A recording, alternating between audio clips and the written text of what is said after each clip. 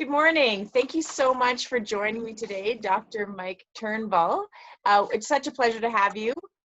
Brought you on today to kind of talk about coping strategies, a little bit of post-Irma, COVID-19, all the stuff that's going on. So thank you so much for joining us today. We can really learn from you, I know.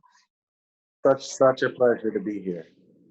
Let me just first do a little introduction about you, because you've been busy, you do a lot, and I know you're so passionate about your community, so we're just so grateful to have you. Dr. Michael Turnbull, but affectionately known as Dr. Mike to people on the island, probably elsewhere, is a licensed clinical psychologist and ordained minister. He's passionate about making the lives of those he serves better, and I think anyone who's met him definitely knows that. He even started a not-for-profit at 16 called Project Lionheart, where he was really looking at-risk youth getting presents and gifts at Christmas. So a beautiful start there. And you attended H. Leviticity Stout as your first kind of post-secondary foray, which is great. And then you went on to Howard University, where you did a master's in divinity, a master's of science in psychology, and then later a doctorate of psychology from the American School of Professional Psychology. All those things, that's great. Yes. And then you went on, currently you're the director of the Wellness Center Behavioral Health Clinic, which you started, as well as the Wellness Center Medical Clinic. And through your partnerships locally and internationally, you've been able to do a lot of work, a tremendous amount of work with volunteers, doing trauma groups and individual therapy for over 1,500 children after the devastation of Hurricane Irma and Maria in 2017. You also serve as an executive pastor at Cane Garden Baptist Church, and you're the husband of Chandria Turnbull and father of Anaya and twins Elijah and Amal. Thank you so much for being with us today. And I would just like to say— It's a pleasure to be here. Oh, thank you. Thank you. I'd like to say that I know we got to meet each other in just after Irma. We were both doing some training for frontline workers and educators, which was just a pleasure to be a part of. And so we got to meet there, and I think we even had a meal together. And I remember lamenting so much that we hadn't met each other when we were both serving, doing therapy on island, because we did overlap and we never got a chance to work together, and we would have loved that. So I know we were both like, oh, we were here at the same time at that time, and it would have been great even for the consultation. But anyways, we got to know each other. Amazing. And it was meant to be. So thank you again for meeting with us. I wondered if you could tell the listeners a little bit about what you're noticing with the impacts of, post-Hurricane Irma and Maria, as well as COVID-19, like what you're kind of noticing with the families and the children you serve.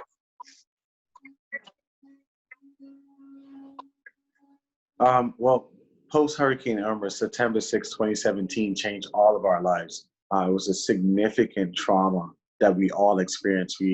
97% of people lost something in the storm, some kind of damage, but the emotional trauma after and the family separation created residual trauma that even now we were still dealing with. And now with this pandemic, what we're seeing is like after we're just getting settled, we're just starting to feel some sense of normalcy, and this pandemic rips this sense of normalcy away.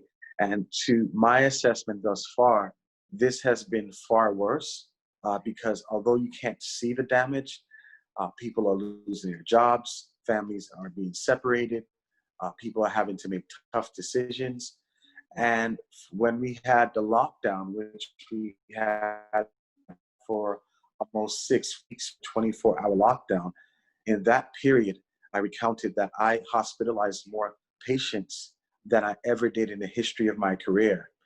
In that 6-week period, people were suffering with immense panic attacks, people who had never had a mental health history before, and people were suicidal, depressed, and cases of domestic violence, and all the things that were happening were really, really tough.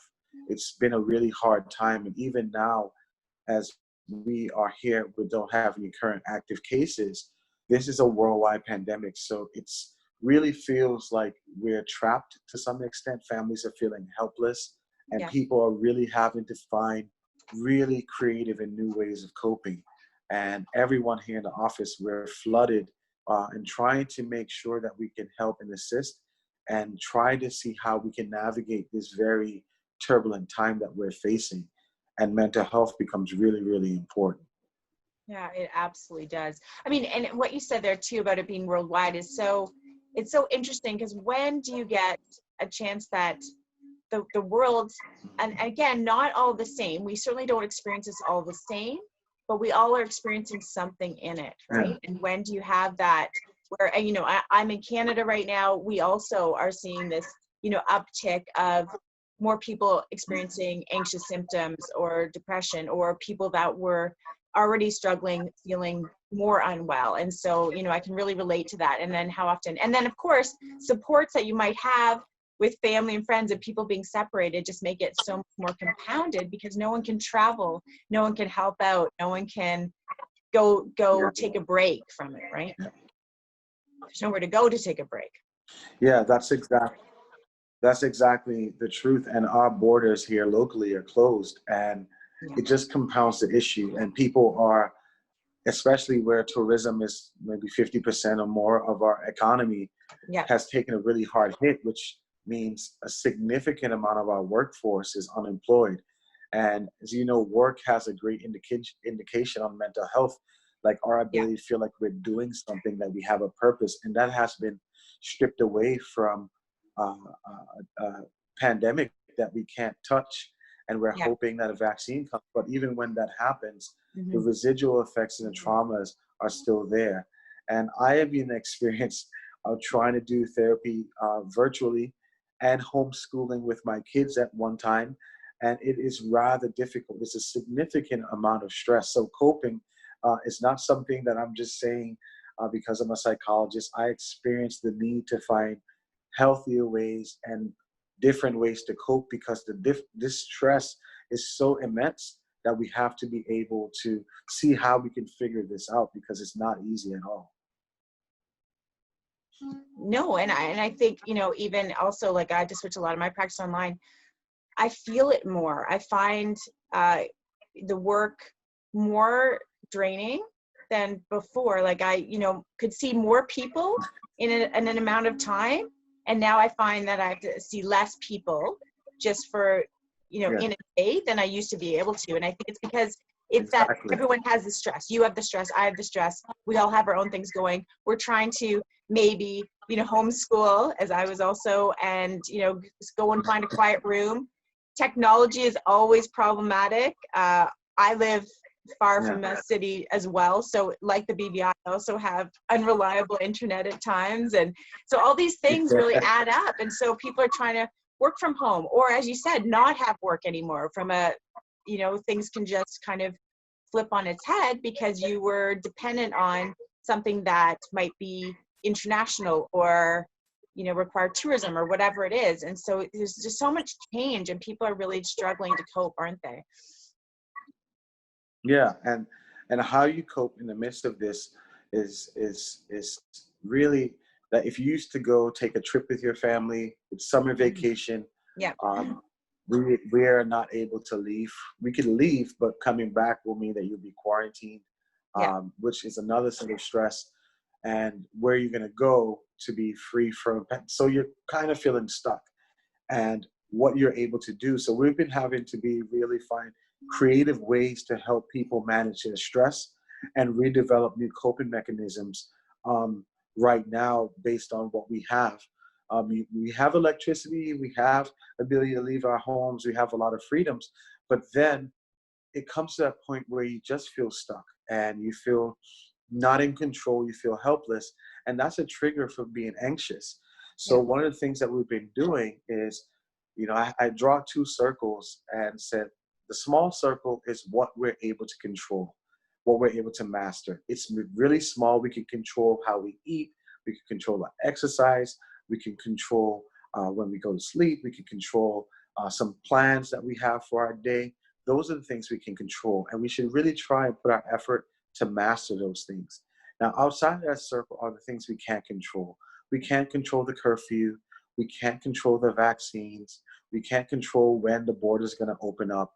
We can't control those things. And if we spend more time try and exert power on things that we can't control, we'll feel helpless, which will lead to sadness. And the anxiety of not knowing when we're going to have some level of resolve is going to overwhelm us. And the things that we can control, even those things begin to suffer.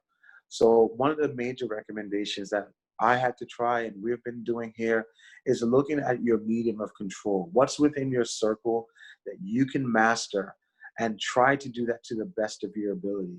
And the other things outside your control, literally, you have to process and say, I can't control these things. Affirm to yourself and know realistically, well, we may not be able to travel till next year, and let that sink in. Feel the pain of it, feel the anxiousness and the sadness of it, Yeah.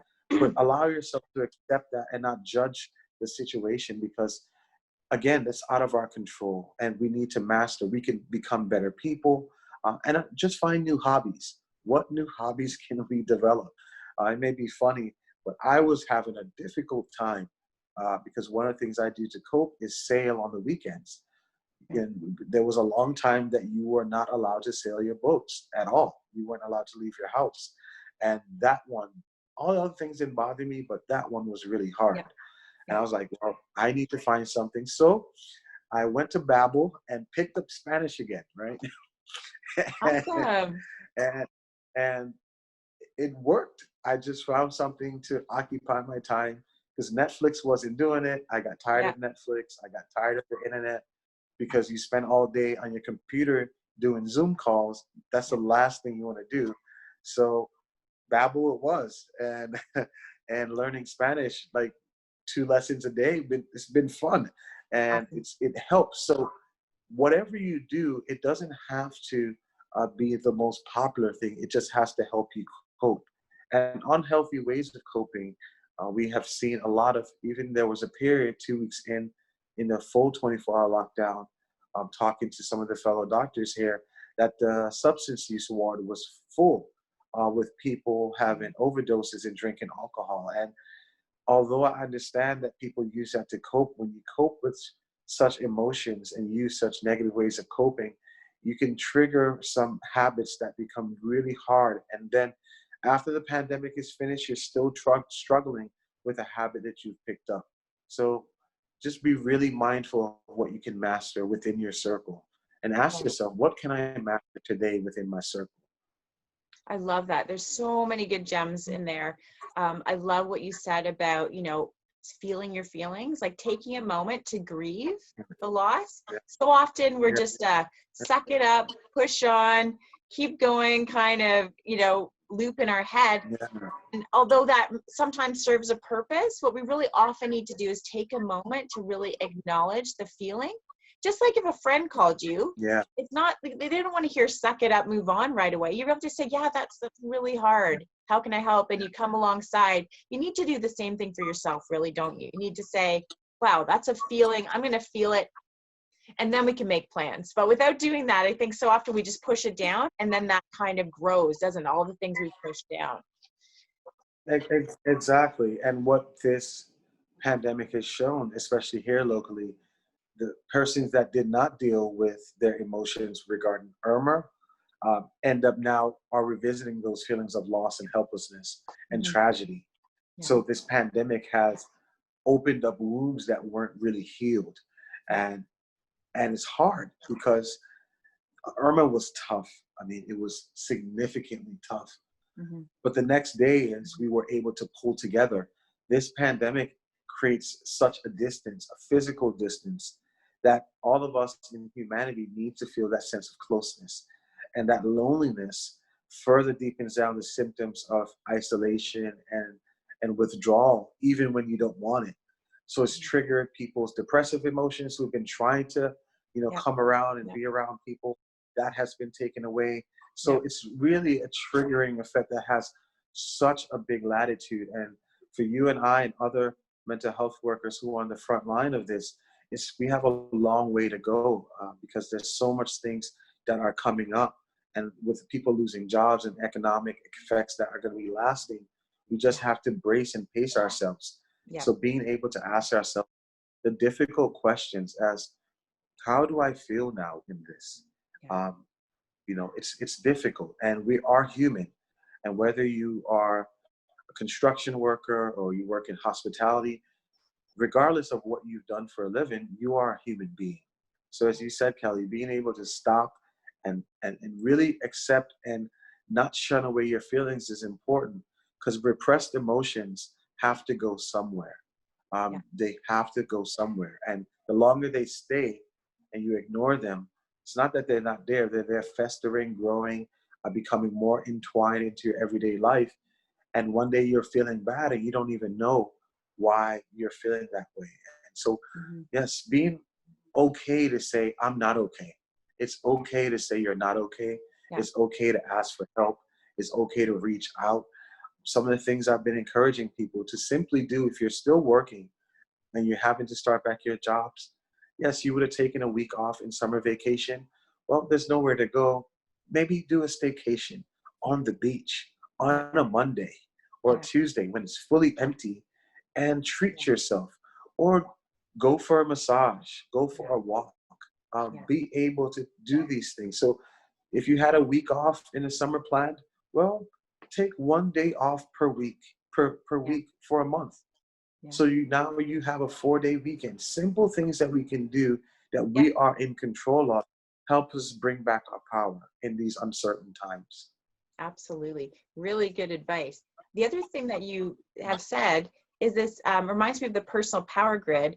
Like when you can take action and you have some control in your situation, how you can really have that situation mastery. But if you can't take action and there's not a lot you can do and there's no control, then that's the place to let go. And it's in the other parts of the grid where sometimes we try and take control when we don't have it. We fight against, we rage against the storm, that whole ceaseless striving.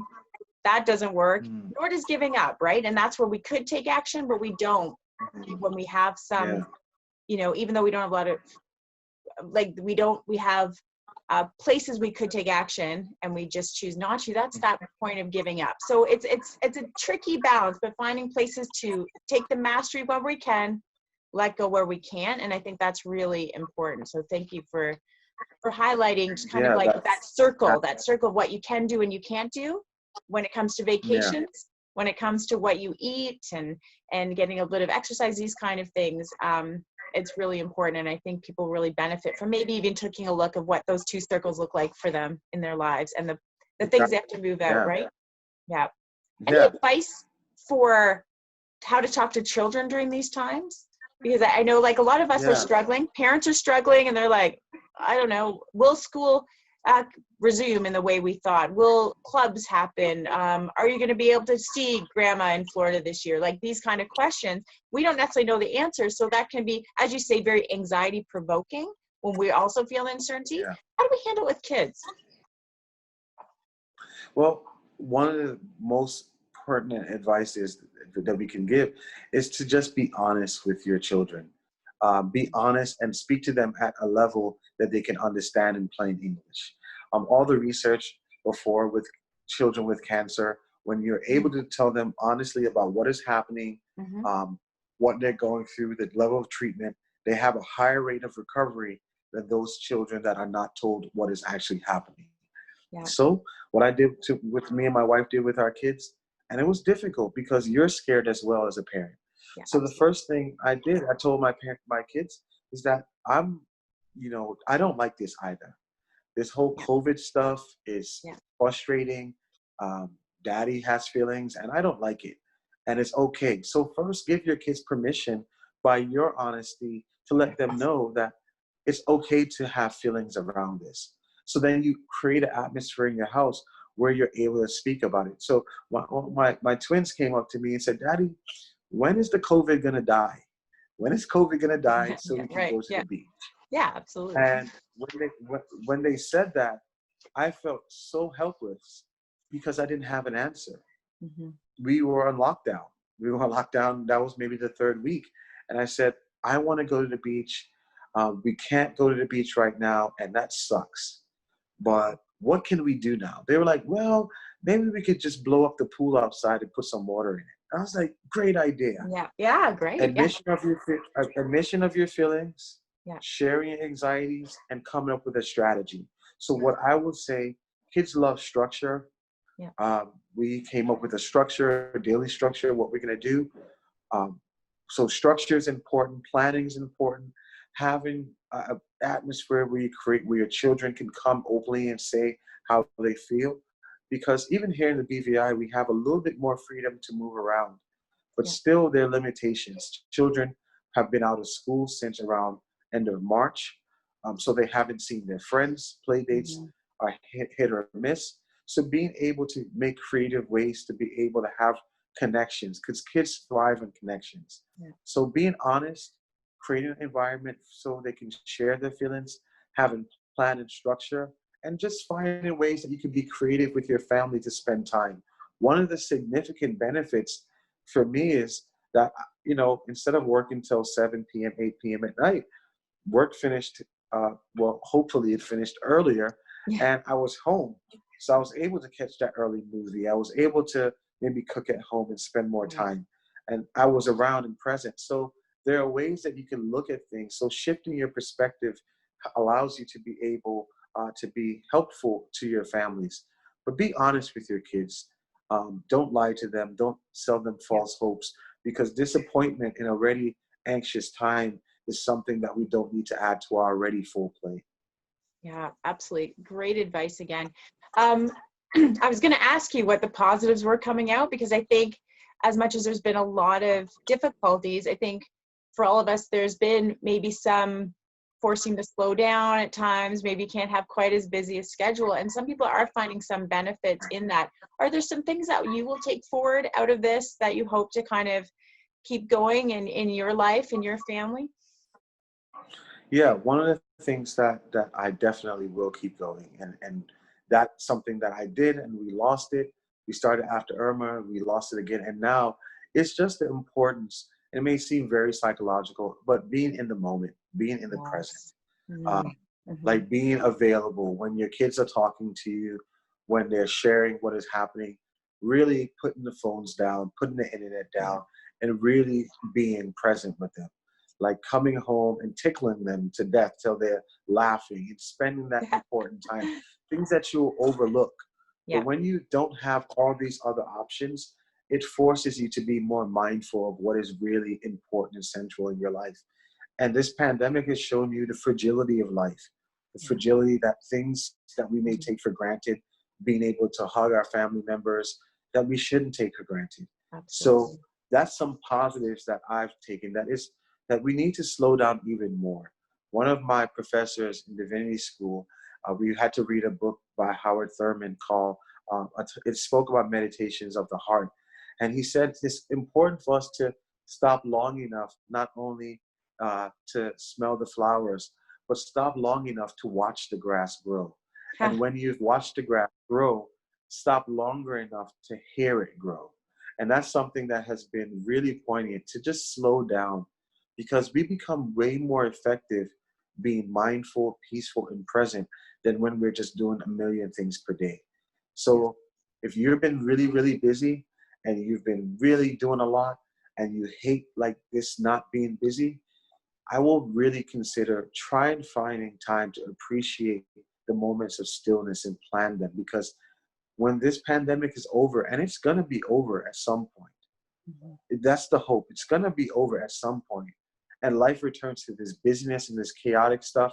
Some of us are going to regret not being appreciative of these moments of downtime, that we had to stay home and that we weren't able to travel and explore new things. Even here in the BVI, we have 60 islands, and there are a lot of people that haven't been. Go diving, go scuba diving, go swimming, go to Just Van Dyke, go to Virgin Gorda, go to Norman Island.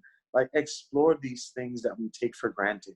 Something that I've seen really positive that I haven't been able to do is that they've started hiking groups here. So people have been hiking all these amazing trails and exploring. So they're exercising, which helps reduce stress. They're being able to hike with others at a safe distance. So you have that camaraderie, and then which helps us that feeling of accomplishment. And exploring helps us see and broaden our horizons.